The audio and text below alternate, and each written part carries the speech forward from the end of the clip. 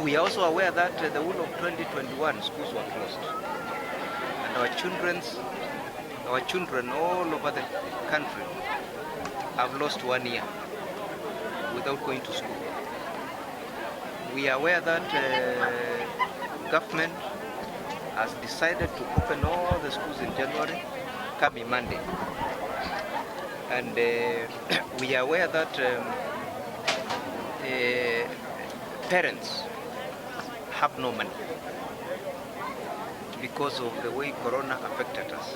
So we are asking the government through the minister or the cabinet secretary for education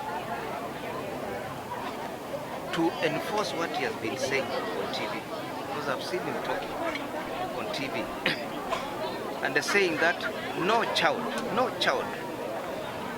from whichever background, whether the child was in private school or whether he was in public school, will be chased away from school because of lack of school fees. We know the economy has hit everybody very hard. We know the government has not provided even face masks. Parents are supposed to buy face masks.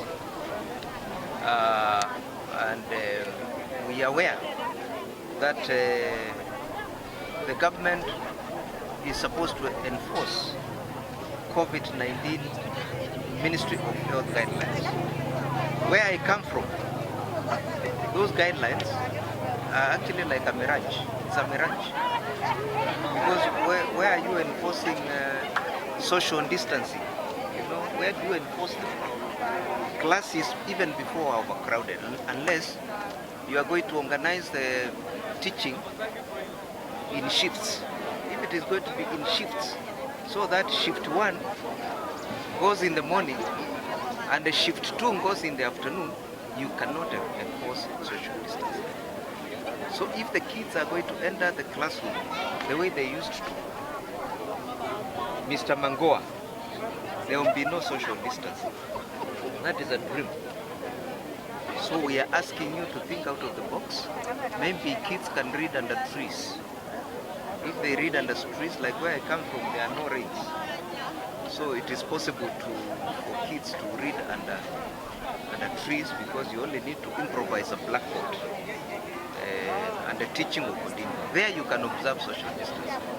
Okay.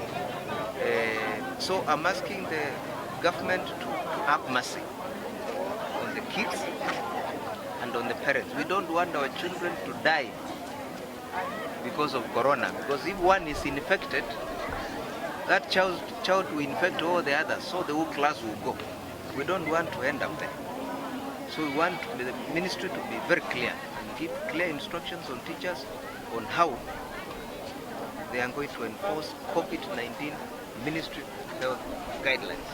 I saw the CAS for Ministry of Education, a young man, saying that we are going to enforce all the other rules except social distancing. Okay? How can you talk that on national TV? Social distancing is a World Health Organization guideline.